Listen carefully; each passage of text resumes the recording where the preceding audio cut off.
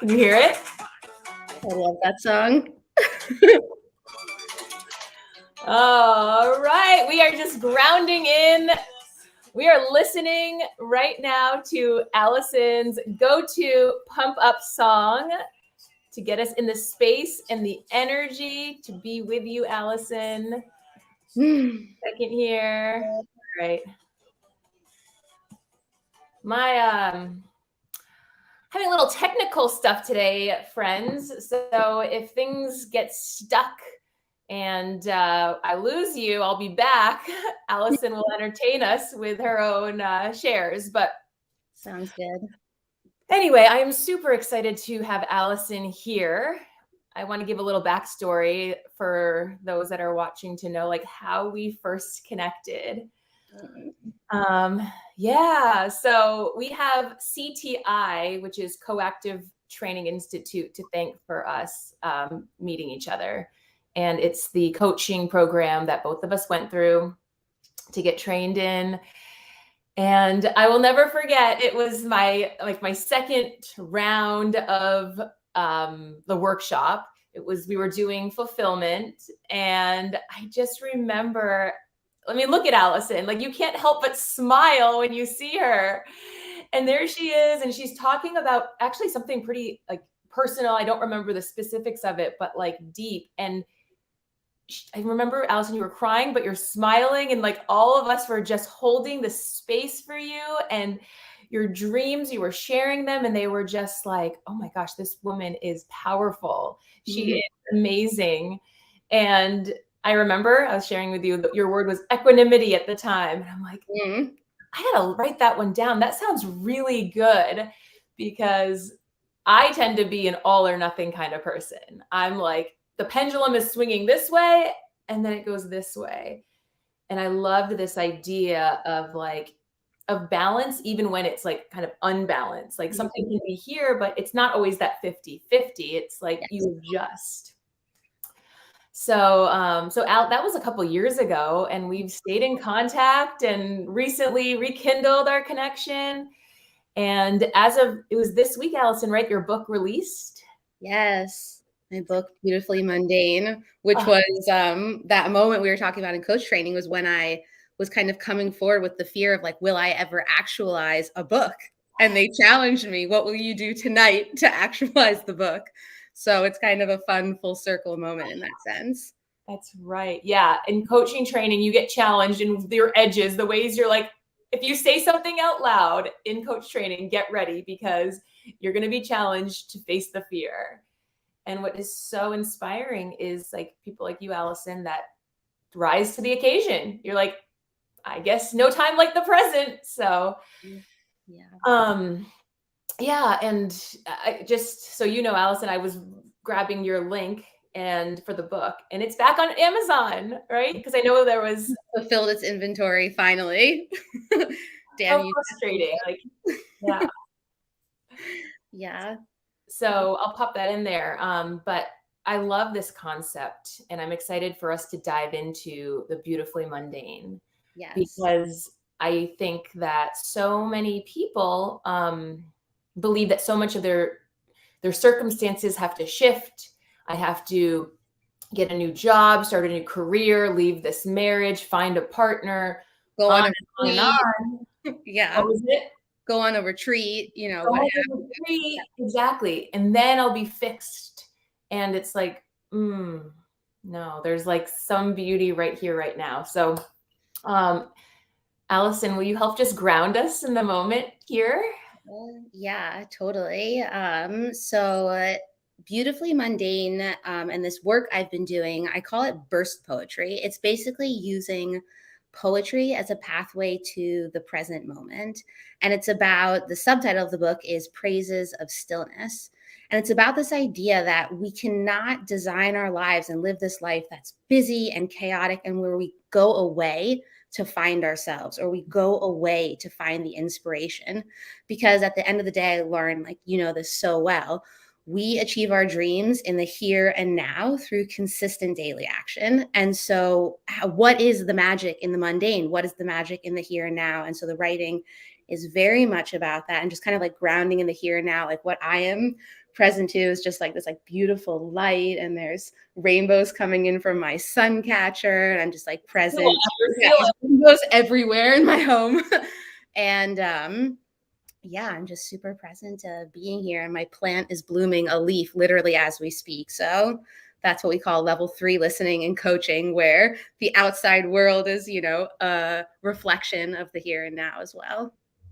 So those of you watching live or catching this replay, take a moment right now and disconnect even from us and just like look around your surroundings.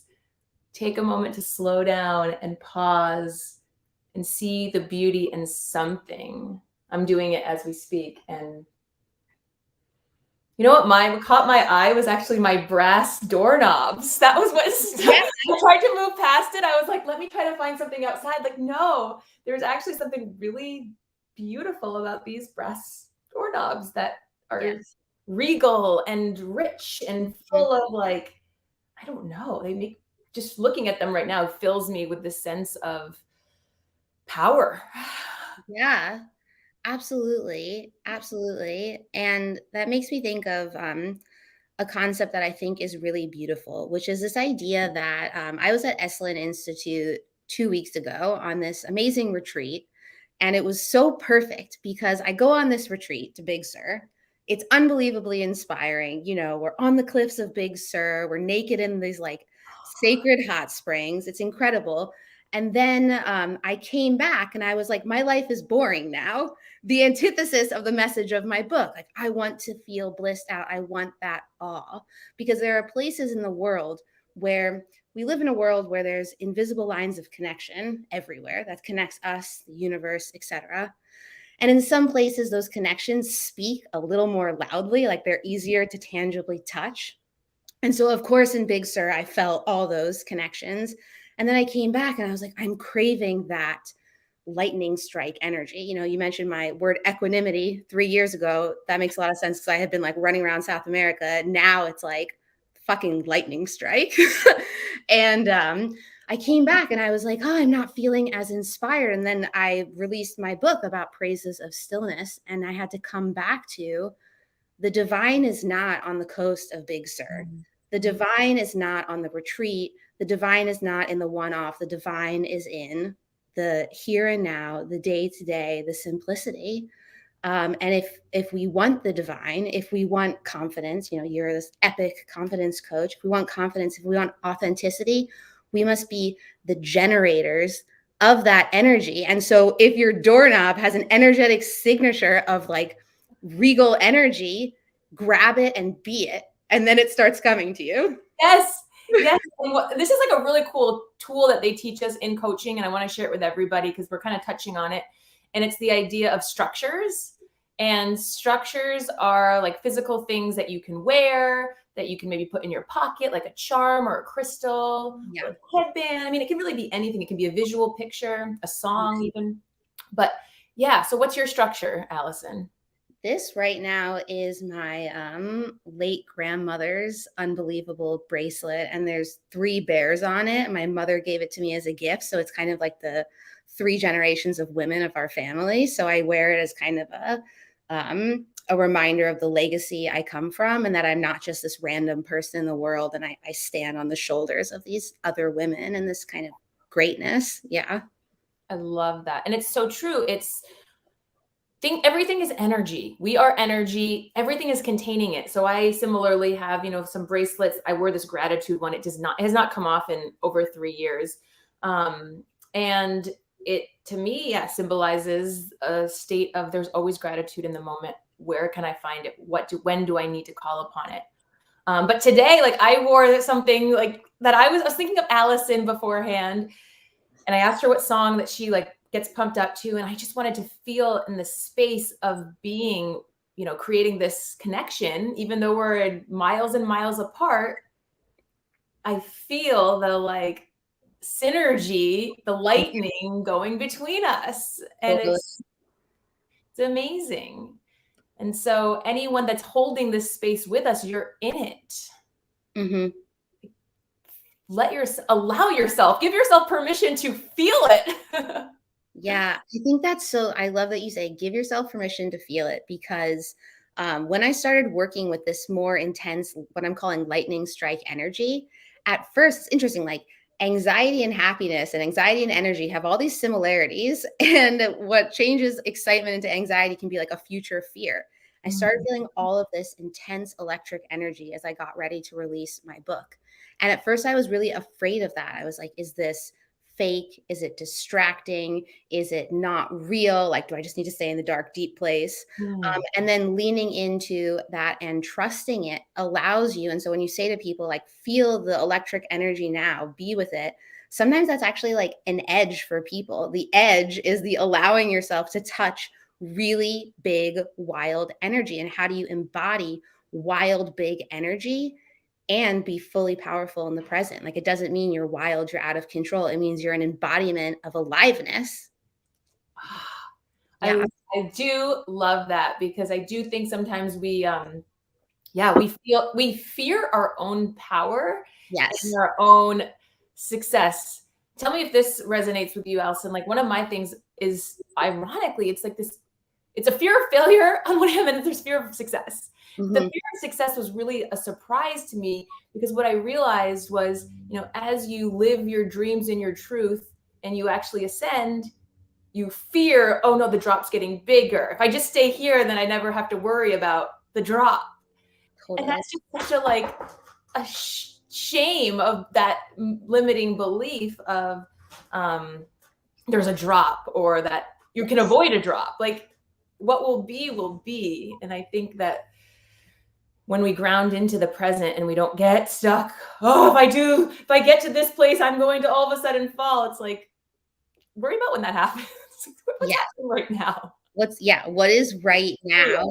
And I think also with that, it's this idea of when we allow ourselves to kick into a scarcity mindset, which shows up in so many ways. But in the scarcity mindset, things end. There's only so much good that can be had. The good Yes. can only be had by so many people at once. And it leads us to this scarce, competitive world. And, that is not a space for creative cultivation in the least. Yes. And that's something that I think I, for the first time, really felt both at CTI and this like women's group I did, where Mhm. my spiritual mentor, she said to me, "There's no unique messages. There's just unique messengers, and every Mhm. one of you is a unique messenger." Yes. And how you interpret your body of experience and your wisdom and your sharing is trust that there's someone in this world that it will be medicine to them. Mhm. But every time you dim your light, that's just, how many people have said that? Oh, that's so oh, it's too much. It's like Mhm. I loved the reframe of get out of your own way because you're stealing from somebody else. Like, Mhm. stop stealing from somebody else who needs that. Yes. Who need and something I love about you and your energy is this very much I remember in our training, you embodied this like warrior queen, and we all watched you, and it was divine. And you have given yourself permission to just unlock your energy and be the whole spectrum. And it's so powerful because every time you do that, every time someone does that, we allow other people to do the same. And I think as women, so often we wait to be given permission to be the full self. We wait in the meeting at work to say what we really think. We are constantly filtering ourselves. And Natalie Goldberg, in her book, Writing Down the Bones, she talks about capturing the first thought. And so your creativity is at the edge. It's when you're capturing the first thought, you're grabbing the muse and you're throwing it down on paper. But in society and culture and in working structures, especially as women, we filter, we apologize, we condition, we say, you know what I mean? All this stuff instead of just bringing it forth. And I think your energy and your coaching is so that and it's super powerful and it gives permission because no one will ever if you have someone in your life who's saying to you like I just want more of you. Like, bring it, please. Like, that's great. And keep holding on to that person. But for most of us, we must be the cultivators of that full presence. Yes. Yes. Yes. Anyone that's listening that finds themselves, I want you to do a little exercise like, well, the work week is coming to an end, but next week, remember, if you catch yourself saying, sorry, I just want to da da da da da, like catch the sorry and catch the I just want to make a comment. I just want to add something. It's just, Yes. you don't need that. And it's interesting you bring this up, Allison, because yesterday I was coaching this woman. Gosh, she's brilliant. She's brilliant, brilliant, brilliant. And I would have never known she even has any self-doubts. And we actually don't have a coaching, like a long-standing coaching relationship. So we were building our container, setting the space, making sure like we both feel like it's safe and you can talk about whatever, like say those things that you don't normally say to people. And she just had shared with me like that she'd recently got a performance review, and it was, and don't worry, I'm not going to reveal any kind of confidential secrets. I'm not going to say her name, but I think her story is probably the story of many women. So she got a performance review and it said something along the lines of like, stay more humble. Don't be so out there, or like basically dim your light. I mean, the bottom line was, don't make this about you. And I'm looking at her and I'm like, she just does not have that air at all. And I started asking her about her vision and her dreams. And she's like, I mean, it's coming from such a power source of I can change, make an impact, technology, healthcare system, with everything that's happening with COVID. Like I can really be a change agent. And that's what my why is. It's not about me. And it's like, give yourself that permission then to keep shining that, because every time we hear that, her thing was, should I listen to that? I don't like it, but it's squashing me. It's making me second guess myself. Now I feel like an imposter too. Right. And what was it? And she also, she just felt like she couldn't give herself that permission. And to say out loud, this was the big thing. I was like, so what's the vision? And she's like, well, I guess it's a safe space. And she started sharing her like life purpose. I'm like, that needs to be shouted from the rooftops. That's beautiful. It's beautiful. And so it is though finding, then I asked her, well, how are you doing with like self-care and being in the present? And that's where we ended up going in our conversation, because it really was like not filling the cup each morning. And she's been pouring into children and responsibility and work. And it's like, at some point, you just feel like so scattered and so, Yeah. So tell us, Allison, like more about tools to help kind of, I loved what we did at the beginning, kind of surrounding getting ourselves present. What's some ways that really help find that magic? Yeah. Well, I think like what you touched on with this woman whose story, we can all relate to that story of like being told, I'm too much, you're hogging too much space, whatever it is. I think women, we come into contact with this sometimes. And even if the outside world isn't directly saying it to us, it's in our minds.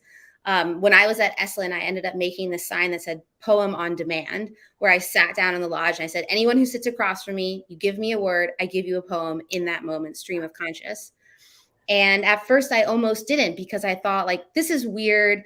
I'm going to be taking up too much space. Who am I to do this? And instead I said, screw that.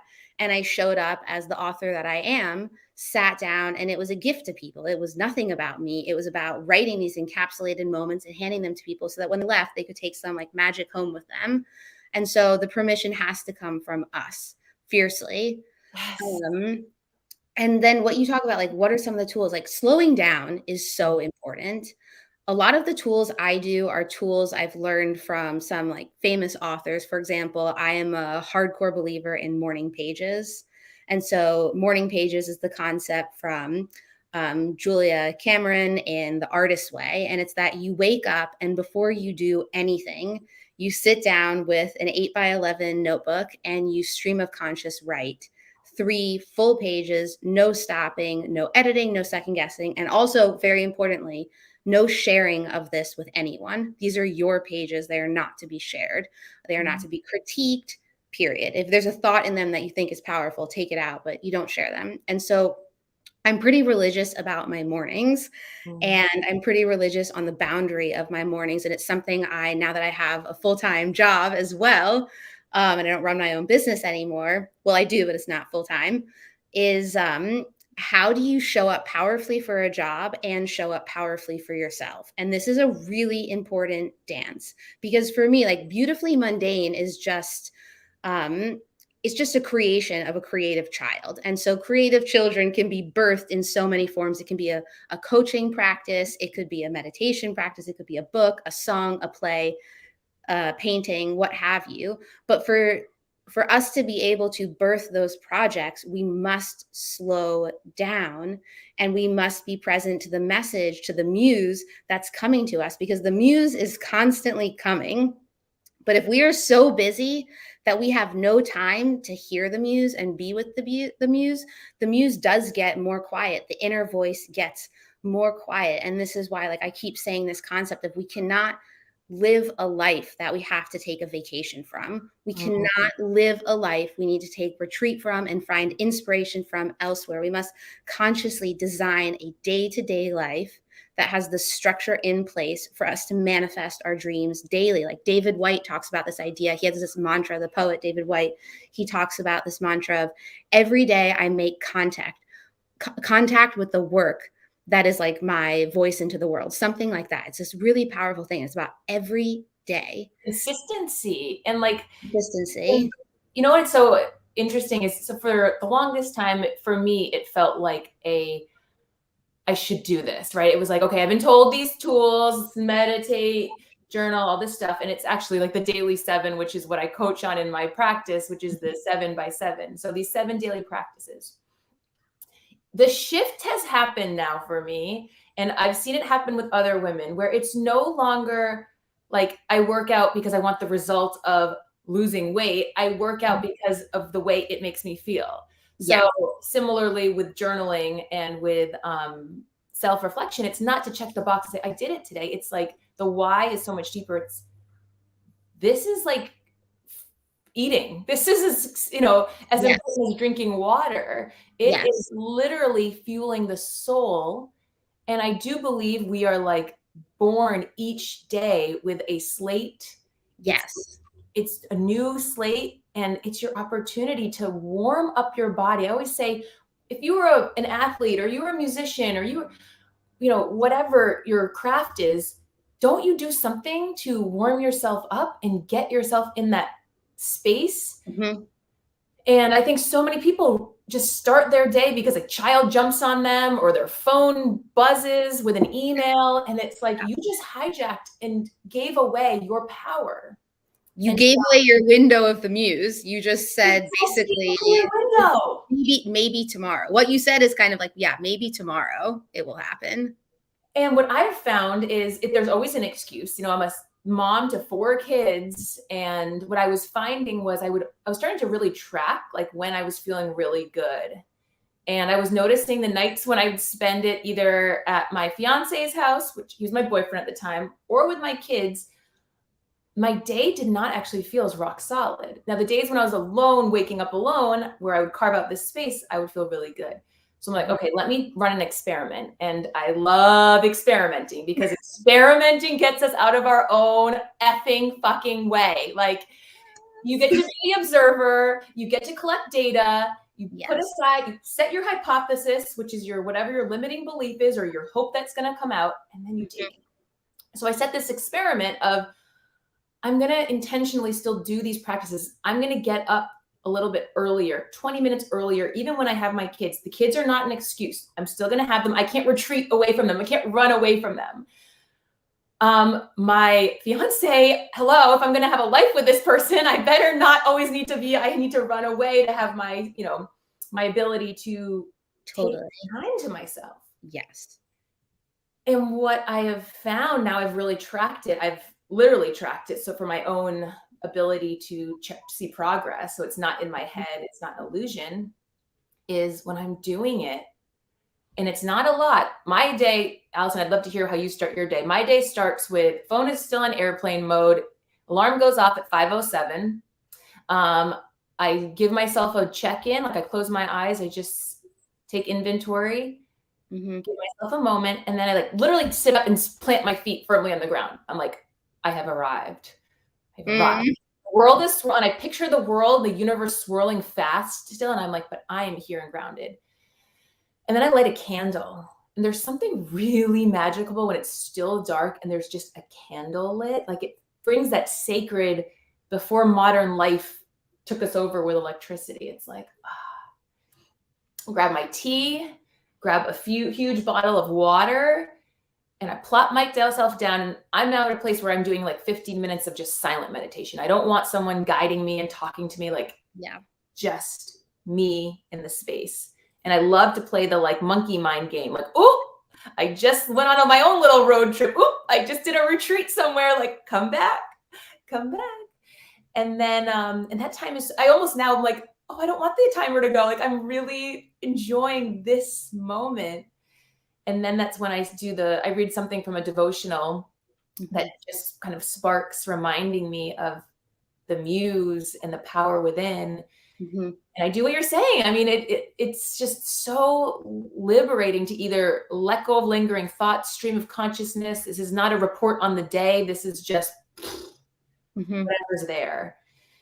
And then I will then at that point, like, go and do some exercise. And I've been forcing myself to stick with just 20 minutes, but that's really nice because it's not this, I need 45 minutes to an hour. It's just 20 mintes. Yeah. And that's, to me, that's sustainable and that's doable. And if I get on there and I want to go longer, I can. And then I've chosen, I'm going to take my phone off airplane mode. I'm going to greet the day and I'm ready. Like, and now I'm ready for the hits and the pokes and what do you need? But like, because I've given that, it's allowed me that space to hear the creative, hear the power.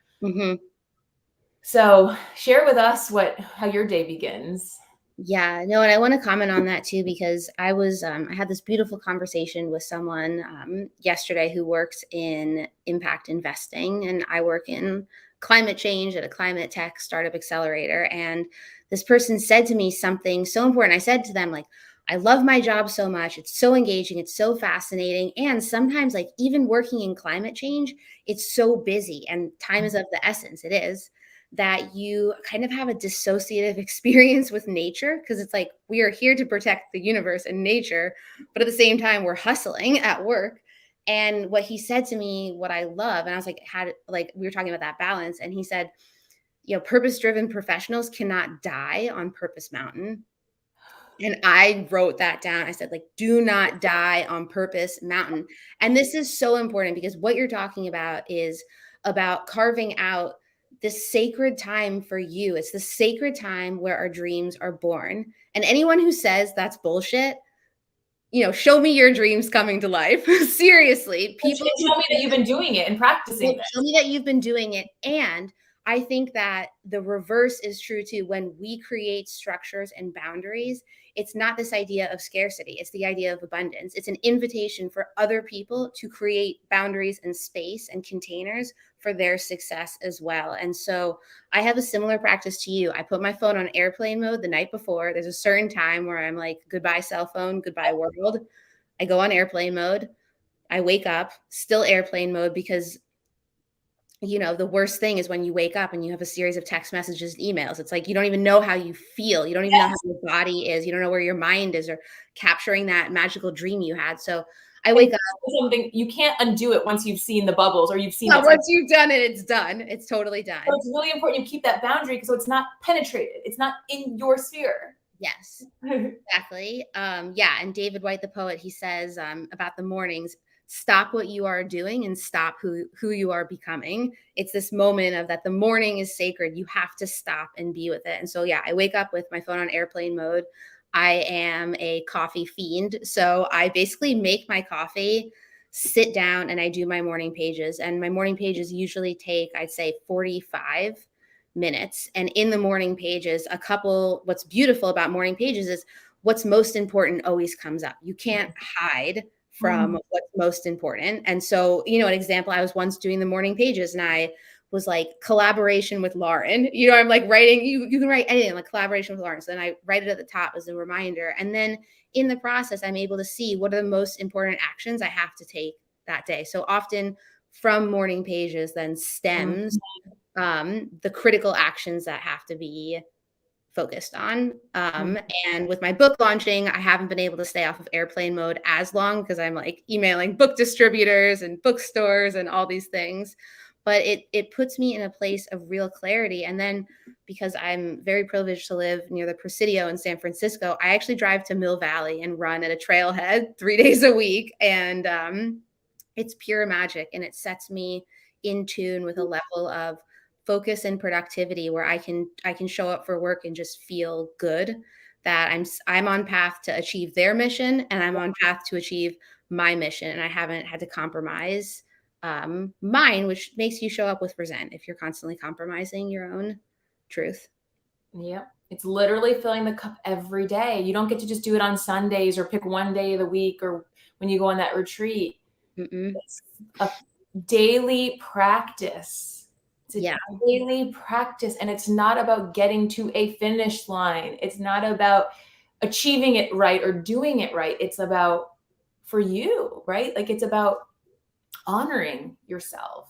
Yeah. And I guess like one thing I want to add to that is that it's also like, if I have a message to give people as a takeaway, it's very much this idea that it's the showing up every day, and it's this slowing down so that you're not living a life where you need Instagram worthy moments to bliss you out to feel moved. You're slowing down enough so that the day to day is regenerative, it's energizing, even when the hard days come, etc. And there's through all of this, you come into a real closeness with yourself and a closeness with your truth and your voice. And your voice, your real voice, has space to show up and give you the message that's needed. And when I was at this workshop, the leader, this lovely woman named Deva, she talked about being the alchemist of your own life. Yes, yes, yes. Yes. And I love this. Like, be the alchemist of your own life.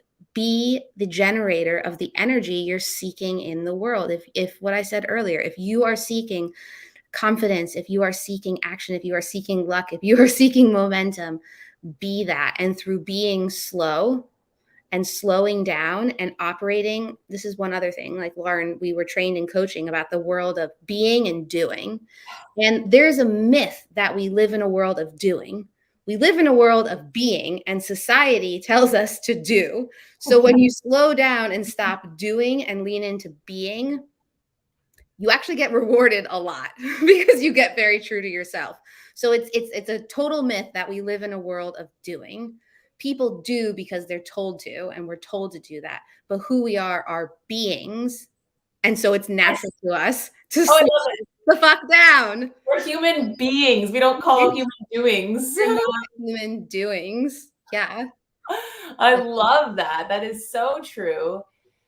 And I also find the beingness brings the connectedness, and like not just with yourself, but like, well, you get out of yourself because you start realizing little Lauren is just this rented vessel of a body, but there's a source that's coming through, and we are literally vehicles of creativity, of inspiration, of joy, of love. And when we don't feel, I think when scarcity comes into play, that's of course when we start to feel that contracted feeling. And that's when the inner critic, the shadow side, our saboteur, our savvy comes out, and people are reacting when they're angry, frustrated, whatever. It's usually like something's scared, that someone's scared inside. And I think when we realize we're not alone, like we're not, I mean, we're responsible for our own choices and whatnot, and we have to take action. But there is some other energetic everything connecting one another. And so I invite people, as you go leave watching this video, leave this space with us, go and be present and like find the connection with mundane objects, with people, experiment. Like I love that idea of the alchemist, because it's like every day is a lab, an experiment. And every day you do not know, none of us know what is going to happen and how it's going to go. And if you're bored and it's not working, you get to shake it up. You get to do something really weird. Like you get to go upside down and like sit like this, like play, have fun, and see even just how people react. And it's just, that's where like this giddy excitement comes into me when I'm reminded of, wow, what's going to happen today? Like, it's kind of like the anticipation of what you have on Christmas or your birthday, but it's just bringing that to life every day. That's why I light a candle every day. Why? Screw, you get to make one wish on your birthday.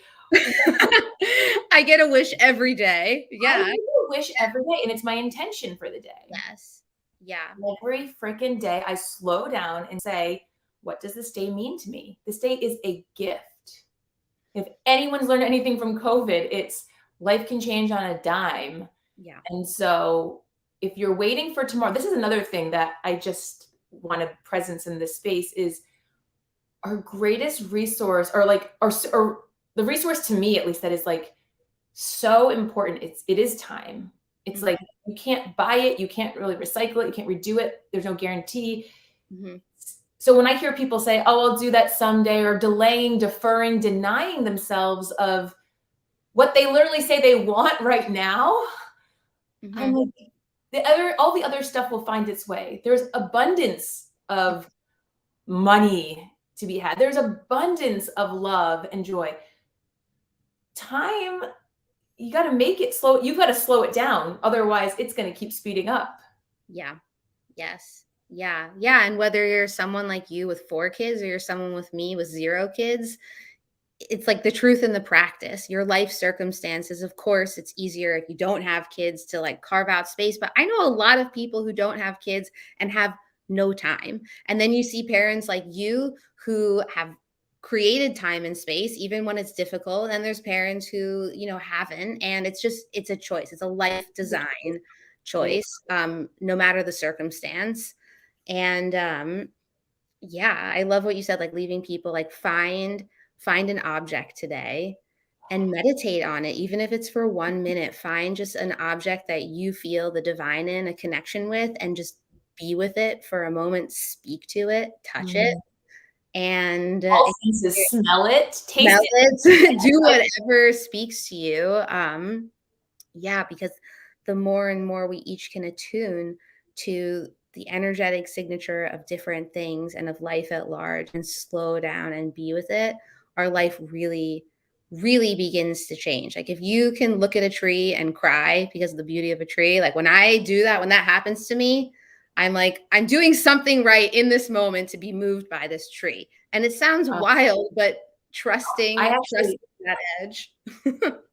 I have to share this Ram Dass quote that someone shared in my 7x7 group, because I just feel like it spoke to so many of us, and it's related with trees. So when you go out into the woods and you look at trees, you see all these different trees, and some of them are bent, and some of them are straight, and some of them are evergreens, and some of them are whatever. And you look at the tree and you allow it.